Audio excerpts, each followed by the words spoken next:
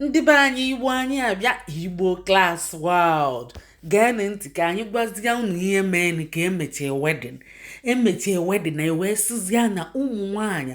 bịa na-etiwesi ana Davido ịnụrọ m imetochie m ilichaa m enu ịnụrọ m ọ bụzialụ Chioma common person ka ije nụ anyị nwakwana iwee rapụ anyị ka ihe eji rapụ anyị na ị ga-afụju anya na fama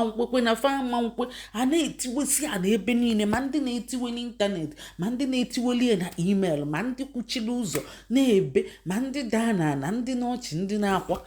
Chioma na-amụ ụli kwa ewee sị na Davido wee tarapụ ọnụ wee sịfa unu jee nọla ana go and sit down man. O wee sịfa ka m gwa unu na agwa bụ mma nwaanyị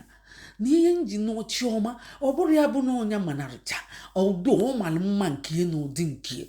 mana o nwere ndị nzulu manarịrị Chioma mana agwa unu na-esite ka ogiri nya agwa unu ajọkacha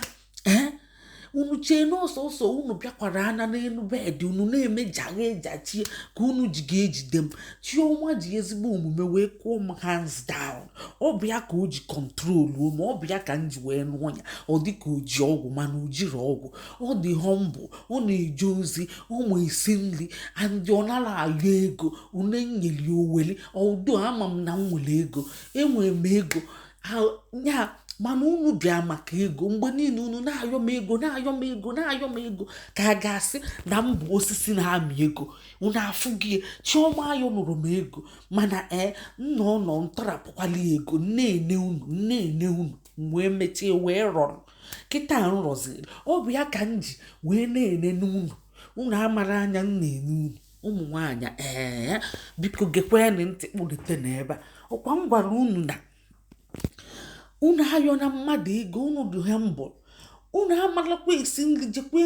mụọ ka esi esi nri ọkwa nri ka okwuchekwe Chioma ji jidie ọ bụkwa ayọghị ego ka Chioma ji jidie now Chioma ga-elizi ego ndị ọzọ lile ego ọsọ ọ na-emefa ka pafu nụrụ ego anya fa dị na nnukwu ego ọ sị na anya ụmụ nwaanyị a dị na nnukwu ego ka m gwa unu nke bụ eziokwu ma nwoke bụ milonia ihe onye ego na-eme agụ na-eme onye ori na-eme ka a ga-asị na ego bụ ọla ọlụ gị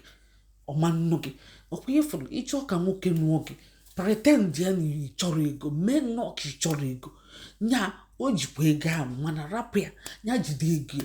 mee ka a ga-asị na ịfụrụ ego n'anya ị ga-afụ ka ọ ga-anụ gị ọ bụ nwere onye ji ego n'ụwa ị ga na-ayọ ego na-eme ka ịbụ onye agụụ ị na-eme ka ịwaka anya ị na-eme ka ego ọ bụ ọla ọlụ gị ọsọkwa ya anya bụrụ milonia ọgbanye gị Davido wọtụrụ $80 billion unu ma ihe bụ $80 million ọ bụ ihe ọwọtụ o ji ego ahụ mana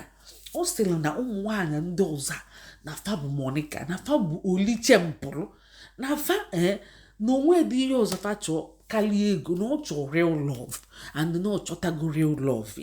ya bụ unu na-etiwesi ana unu jee nọla ana maka gịnị na unu niile sokwe odo na ọ na-edina unu na ọ na-atụkwa unu na-atụ ya na mgbe ọ na-asụgbalị unu na ọ bụ unu ka ọ ka atọ ụtọ na unu na-eti mkpu mgbe ahụ na-asị sụbamịa ọ na-atọ m ụtọ ọ tọrọ unu ụtọ tọkwa anya so o jiri unu ụgwọ after all o kwere unu nkwa o nwere nkwa o kwere unu ya bụ unu jee nọla ana o si unu jee nọla ana na o nwere ihe unu ga-eme na o kwere unu nkwa ọnụnụ unu afụgokwe ikwere nkwa ọnụnụ ifugodi ya ekweghị gị nkwa ọnụnụ ị bịa na-akpafi onwe gị ebe mmadụ ekwere gị nkwa ọnụnụ isi na ọ ga-anụlele gị ịfụrụ na o jiri unu ụgwọ o kpegbugokwa unu ifu gị ọ bịa ka eji asị unu rube isi unu were mma agwa onye mara mma o nwere agwa o nwere ihe eji eme